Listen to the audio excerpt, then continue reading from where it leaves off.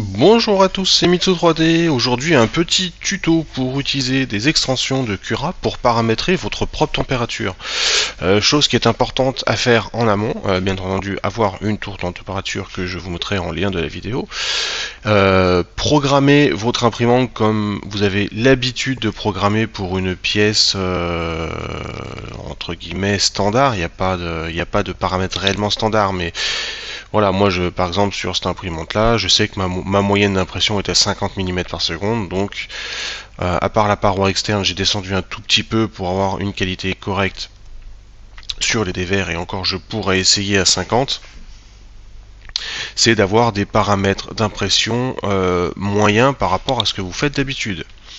Donc vous placez votre pièce sur votre plateau, vous allez tout de suite dans l'onglet matériaux pour choisir la température de départ de la tour. Donc sur celle-là, je vais faire 210, 205, 200 et 195.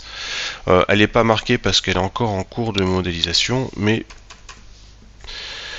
par principe, je vous ferai une tour par type de plage de température, il y aura plein de choix.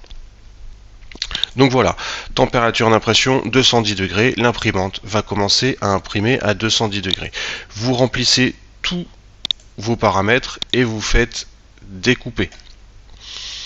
Une fois découpé, vous rentrez dans l'aperçu et vous allez chercher avec le curseur ici là de la barre de coupe la première couche, hop.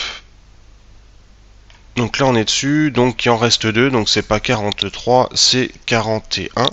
La dernière couche du premier étage, vous la notez, donc c'est la couche numéro 41. Donc moi je l'ai déjà fait en amont, on fait la même chose pour les autres étages.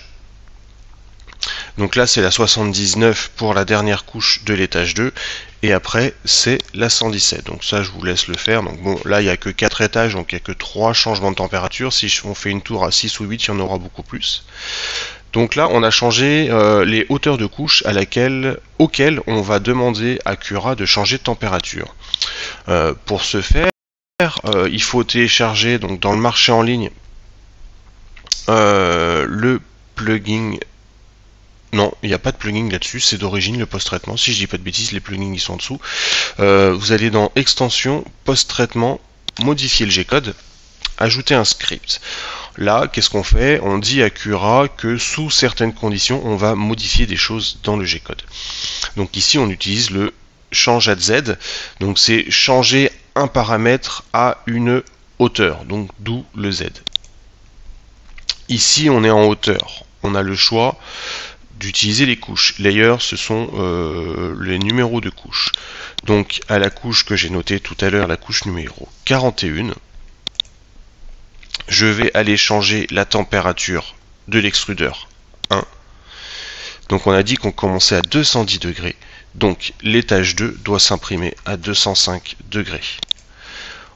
On rajoute un autre script, le même, change at Z. On remet layer. Donc moi, mon troisième étage commençait à la couche 79, et donc on a dit 210, 205, 200 degrés. On rentre 200 degrés. On rajoute un script pour le dernier étage. On remet la layer. C'était ma couche 117. On remet changement de température et 195 degrés. Donc on revérifie. En dessous, je suis à 200.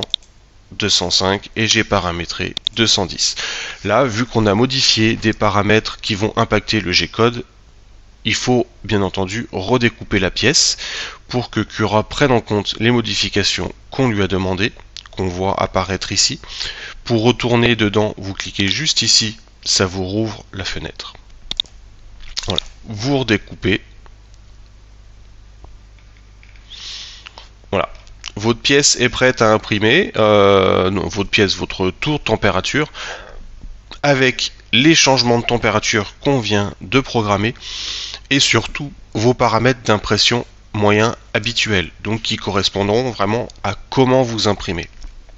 Parce que quelqu'un qui imprime à 50 mm par seconde, quelqu'un qui va imprimer à 80, 100, 120 ou 150, vous n'aurez pas du tout la même température à choisir.